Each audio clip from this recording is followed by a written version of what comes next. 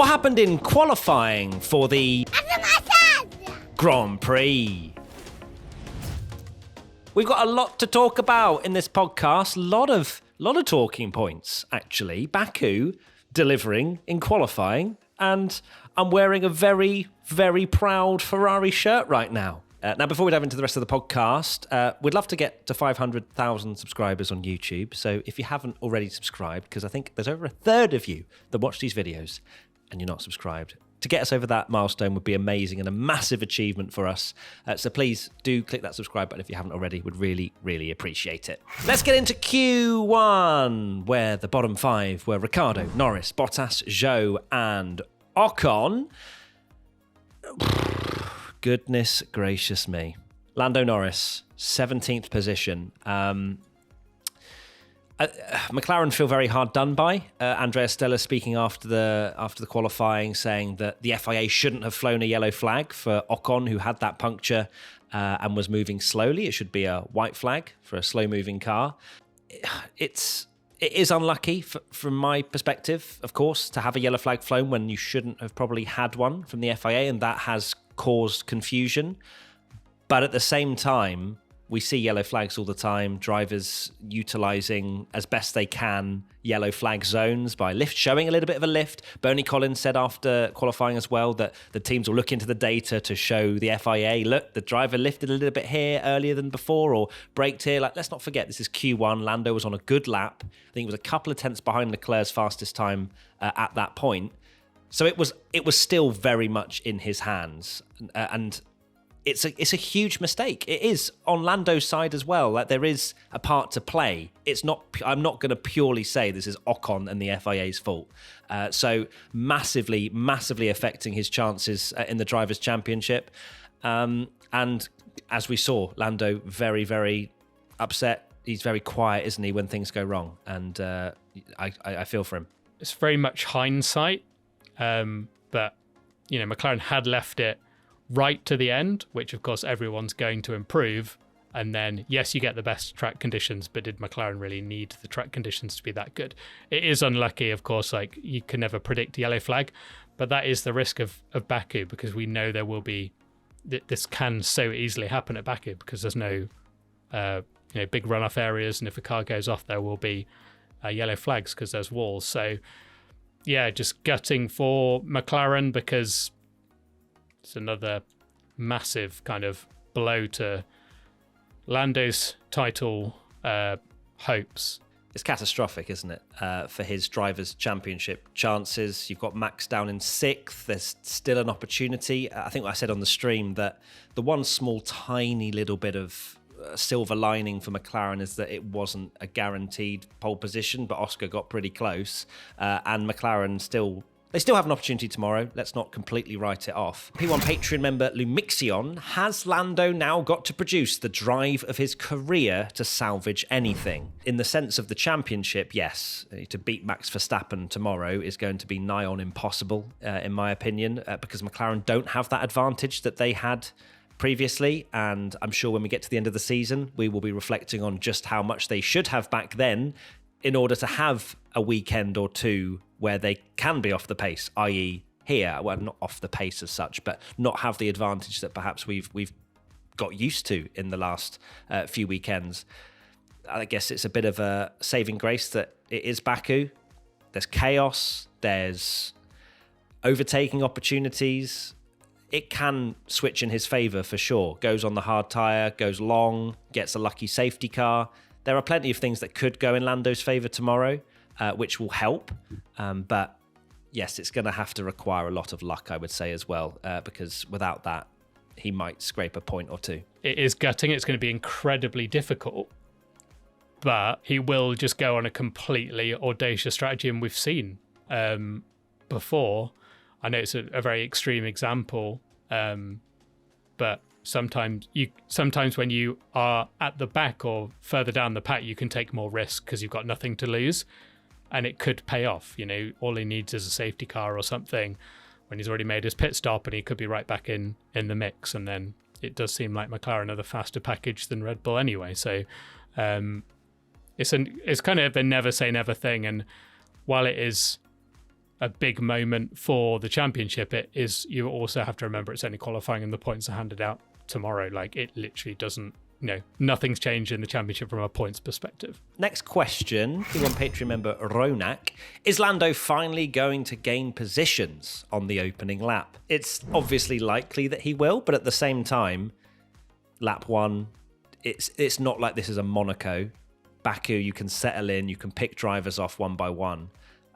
So let's see. It's likely, but I wouldn't say it's an absolute guarantee, especially if he's going for a long strategy at the start. Yeah, my bold prediction was, of course, that Lando wouldn't lose places at the start. And there was some comments on it going, oh, imagine if he starts 20th. And I guess this ties into the next question, but maybe he will. Because is this, if you're 17th and pretty much last anyway, is this the time that you get a new engine in the pool or something like that? So yeah, that question came in from P1 Patreon member Sophie. I thought I'd give her a shout out rather than saying it's a Tom Bellingham question. But yeah, that was the question around whether he will take new components, and it depends really. You would think so, just purely because 17th to 20th, does that really make much difference? It's two Saubers and Ocon, but we'll see what McLaren decide to do on that front. It's a short run in Baku. All the positions are kind of gained down the main straight kind of next time you come round anyway. So why not just start from the pits and avoid all the chaos? Because the other thing he has to deal with is being in the pack amongst the kind of back markers and midfield drivers that have nothing to lose. And that's when you could easily get, a bit of end plate coming off or whatever as well. So yeah, not the best start. Let's go to Q2 then, where the bottom, well, not the bottom five, but the five that were knocked out were Bearman, Tsunoda, Gasly, Hülkenberg, and Stroll. You might notice there's no Williams in either of those, and we will talk about them in Q3, but that the Hasses, of course, are something to speak about as well, because Ollie Bearman very narrowly missed out on making Q3, out-qualifies Hülkenberg, and if you think how amazing Nico has been at qualifying over the last few seasons at Haas, really, for Bearman to pop in the Haas and stick it ahead of him in quali is no mean feat. The fact that he's now gone into Haas and Hülkenberg's been in that car the whole season, and Hülkenberg, like you say, is the strong qualifier. That has been his unbelievable thing for the last 2 years, is Hülkenberg putting that Haas where we go, that Haas shouldn't be there. And he's out-qualified him already. So sensational from Bearman, and puts himself in a great shout of a points finish as well. Absolutely. Question from Mega versus Primus. Does Bearman's performance put him into Haas's picture for finishing the season? No, I don't see this happening at all. There are plenty more things than just fantasy F1 where we move drivers around everywhere. There's contracts and things that I'm sure Haas in particular can't afford to just start ripping up and paying off K-Mag the rest of the season. But it puts them in great stead for next year. I think it solidifies their decision with Ollie Bearman and making that decision. And every sign pointed towards Bearman being able to do these kind of performances from all the free practice sessions he's taken part in. And yeah, I think Haas will just be very happy. But no, they're not going to make a drastic decision and remove K-Mag for the rest of the year. It's not just the performance. Of course, Bearman is actually driving that car next year and K-Mag is not. So a lot of people would go, well, what's the point? Like, this is your chance to put him in early. But there will be, of course, contracts.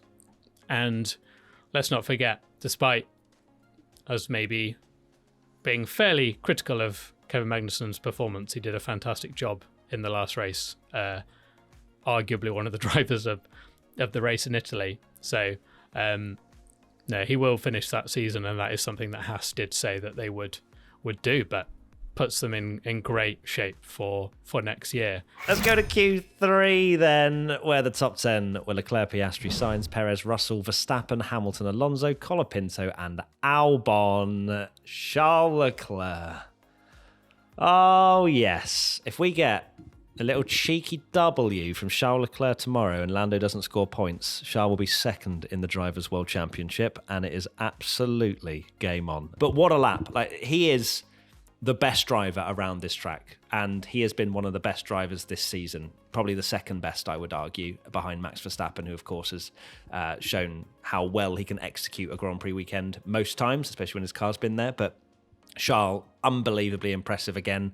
To be 3/10 clear of the pack is ridiculous, especially when it looked so close. But he delivered an unbelievable lap time in Q3, and that's not just coming from me as a fanboy and all that. You can't argue with it. It was phenomenal. Charles Leclerc has proved again that even if he goes on, like Cavier is now, to like never win a world championship or whatever, he will surely go down as one of the greatest qualifying drivers. He's got so much more to his game than that, and I'm not saying that should just be what he's remembered for, but he's unbelievable. And the fact that he's put 4/10 on his teammate, 3/10 clear of the whole field. He's done it at Baku again, which is a circuit that rewards bravery, flying through that castle section. And he's doing it in cars. The Ferrari is not anywhere near like clearly the best car. It's a lot better, but then he's done it in 2021 when the car was definitely not the best car. And yeah, he's got to be in the debate as one of the best qualifying performers in the history of the sport. That is all music to my ears. Thank you, Tommy. Do like it when you just go off on one about how amazing Charles Leclerc is. Let's go to the question. P1 Patreon member Katie. Does Charles have a legitimate opportunity at the championship now? I don't think it's legitimate. It's mathematically possible, because you'll have on one side McLaren, who look a little bit off colour, a tiny bit this weekend in terms of their advantage. And everyone's writing Lando off of the championship because he's starting 17th. And yet Lando is 24 points, I think, clear of Charles. And now we're going, well, is Charles going to win the world championship? It is still Max's absolutely to lose. Let's put it that way. But as long as it's mathematically possible, I'm in. It's going to be very interesting if he does win and maybe Lando doesn't score. That would seem impossible for Charles to be ahead of Lando in the championship based on how the performance has been recently, because no one's given Charles a chance at the title. And I do agree with you that it's almost impossible. Like it's a massive ask. It's more on Lando having to essentially erode Verstappen's lead big now. But of course, that's going to be tricky from 17th. It certainly is. Let's move on now to another question. P1 Patreon member Sam. Is Perez back? Perez has at least arrived in Baku, and Perez Baku. Nice, really good. That's top notch from you, Tommy. Can always rely on a nice little dad bit of wordplay.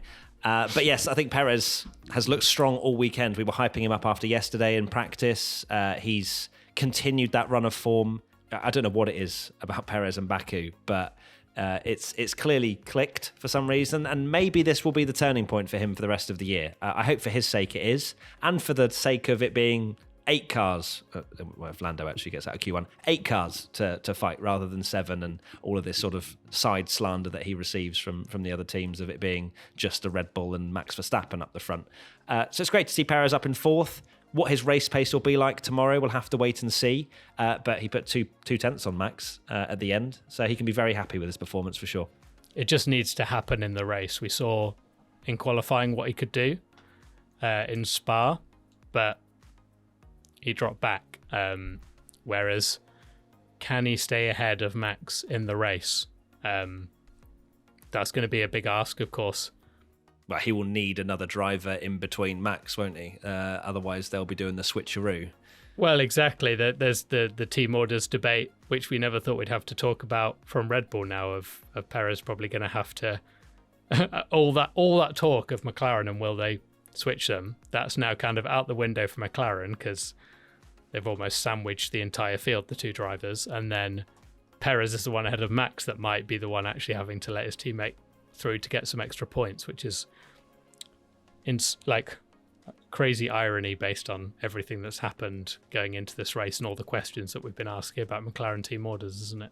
Yeah, I don't think it's even a might or a maybe. If Max Verstappen is the car behind Perez, they're swapping them. No doubt about that. I think even if Perez is winning, I think they probably switch. But let's see. Let's go to the next question. And this one I'm very excited to talk about. This comes in from John05. John, avoiding jumping on the train, but Colapinto deserving a full-time drive? He's showing unbelievable potential that I don't think either of us thought. Well, we definitely didn't think he would be displaying as quickly as this, and maybe in this Williams environment, it's allowing for someone like Colapinto, who is new, to flourish, because he feels like there's not actually that much pressure on his shoulders, because he's following what Logan Sargent did, and that wasn't much. So Colapinto is in a great sort of team environment to really show what he can do, and he's impressed me no end. I think he was the driver of qualifying, aside from maybe Charles Leclerc.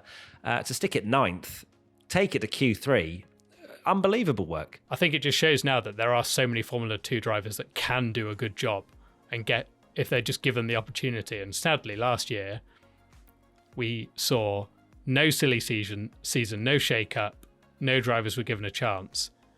Now, Bearman is doing a fantastic job. Colapinto, even Lawson, when he got that opportunity to come in, his CV wasn't amazing.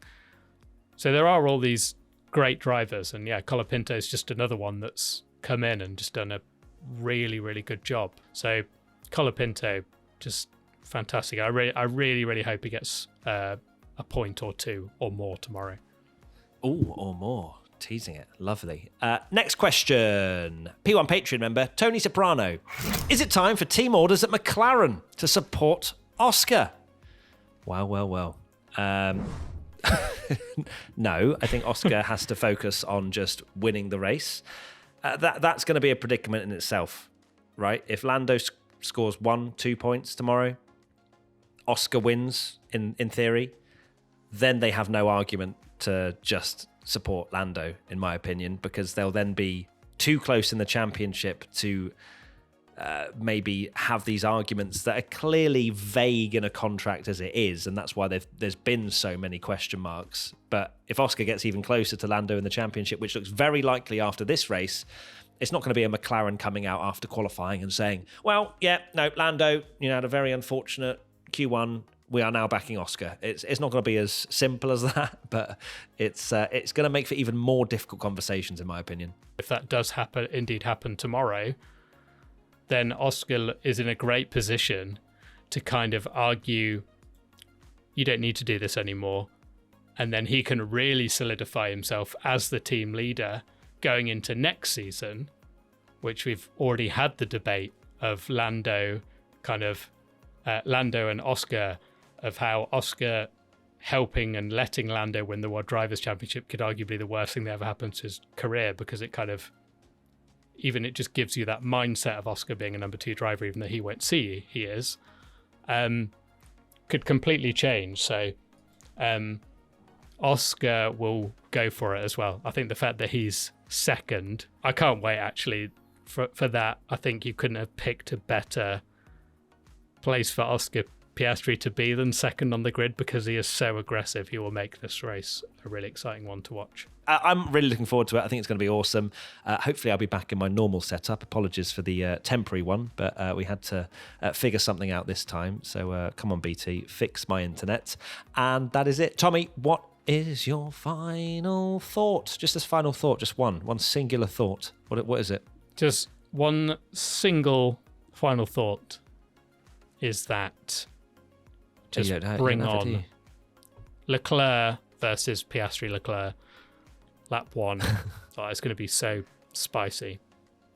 Can't wait. Oh, God. It's going to be too spicy. I don't like spice. Just a little medium Nando's. That's the kind of maximum for me, please, for tomorrow on lap 1. But we'll be live on Twitch, Matt P1 Tommy, as always, if you want to come and watch along the race with us.